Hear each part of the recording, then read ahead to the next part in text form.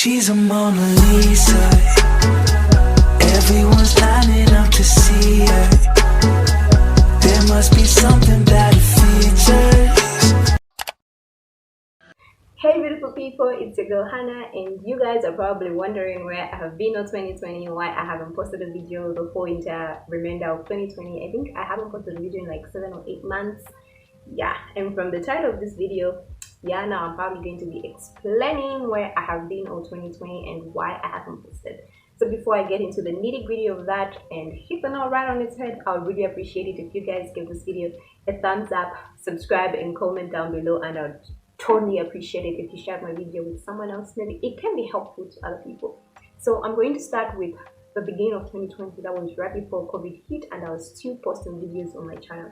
So right in the beginning of 2020, my father fell ill. He was like extremely ill. They had to do some aggressive like medication to get rid of the disease in his body and immune system, and also he was like hooked on the ventilator for that's like the breathing machine for a couple of days. So that was, it took quite a toll on me and the whole entire family. The beginning of 2020 was very rough for me and my entire family, but we thank God he recovered, and yeah, and we thank God he's still recovering because the medication was too aggressive to get rid of whatever illness was in his body. But we thank God. But then COVID hit, and we know COVID was not good. It was pathetic because it brought a lot of challenges in so many different households, and everyone, it took a toll on everyone. Life slowed down, businesses slowed down, people lost their jobs. It was just challenging. Still is challenging, but it was worse off then, because like now people are learning to live with it than then, because it was just like,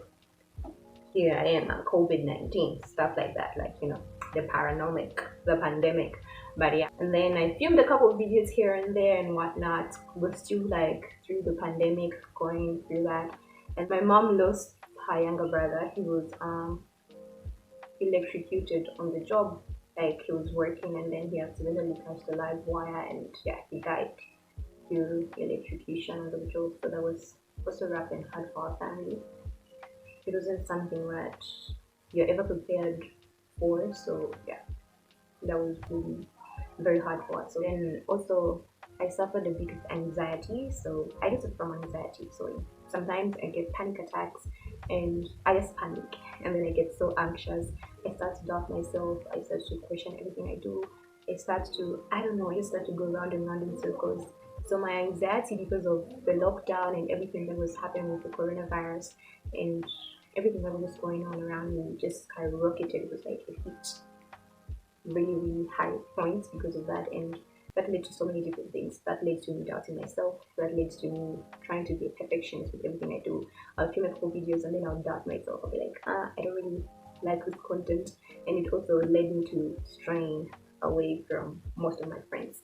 It's not like I come from a family that's like going through like rough patches or whatnot. No, I come from a family that is loving, that's supportive, that's just a close-knit family where family is key and stuff, and they have very loving friends. I have a loving environment, so it didn't have anything to do with them. So I had all the support I needed, but I was just feeling like it was taking too much out of me to smile, and it was taking too much out of me to be happy. I was feeling like I was forcing myself to smile. I was forcing myself to be happy around people. You would find sometimes I'm in the living room with my whole entire family, and we're there smiling and laughing and whatnot. And at the end of the day, I would go back to my bedroom and I would like, I just wasn't feeling happy. I wasn't feeling happy about what I was doing. I wasn't feeling proud of myself. I was overwhelmed with my own emotions. And we're in a country where I come from, like in a country where I come from, anxiety, mental health, depression, any type of mental illness is rarely talked about and is frowned upon. So you might go to your friends who have not experienced that, or you might talk to a friend who has never experienced that, and the first thing they will do is they'll call it a white people illness. They would say, oh, I didn't know an African person could go through that. So it's hard for you to open up to someone and tell them, this is what I'm going through, this is how I feel, because they expect you to toughen up and they expect you to cover it. But I was tired, I was just exhausted. I was trying to find someone I can talk to. I was trying to find someone who I can relate my story to, or maybe they can relate their story to me, and I can find a little piece of my story in them because they understood how I was feeling. But in the society I live in, that's quite hard because mental illness is always frowned upon.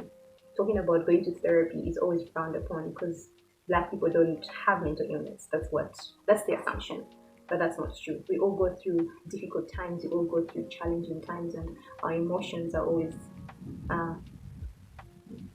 unbalanced. So like we have unbalanced emotions. I was trying to find an equilibrium in my life so I can balance things out and just go back to the normal me. So what did I decide to do? I decided to turn off social media because each time I'd go on Facebook or I'd go on Instagram, I would wonder why is everyone so happy, and it's really hard for me to be happy. So I felt like I was emitting negative energy and I didn't want that. So I turned off social media. I stopped uploading YouTube videos. I stopped posting on my Instagram, on my Facebook, everywhere else. I completely locked everyone else out.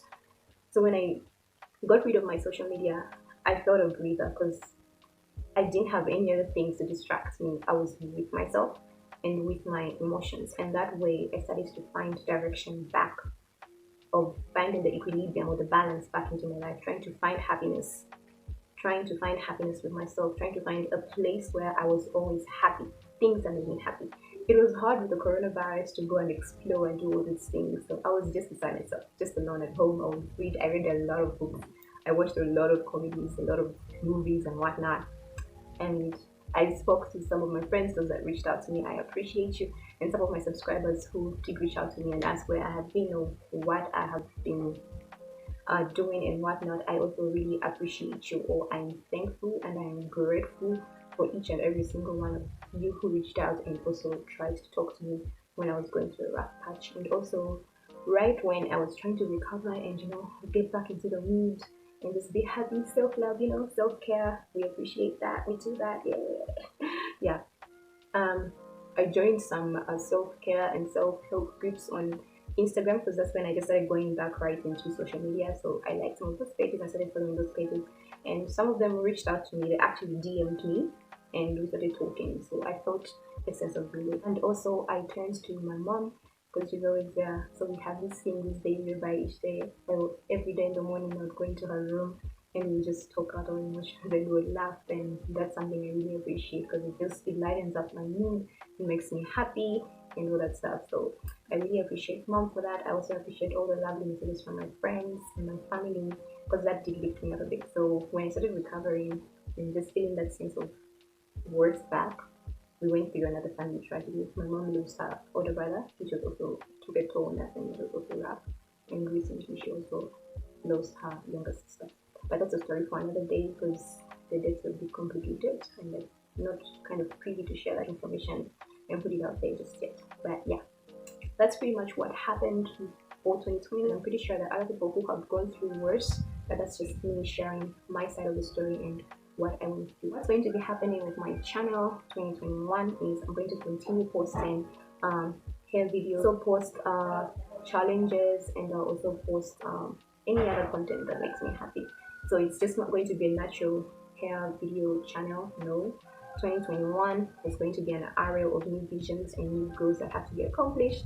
And yeah, I hope you guys stick around and go with me through this journey of 2021 as we try to hit those goals and achieve more goals and film more content for you guys. So thank you very much for staying on here and watching this long video. So don't forget to hit the like button, subscribe, leave a comment down below. Sunshine mixed with a little hurricane, white hot angel with the daredevil's brain. This feeling I just can't fight it.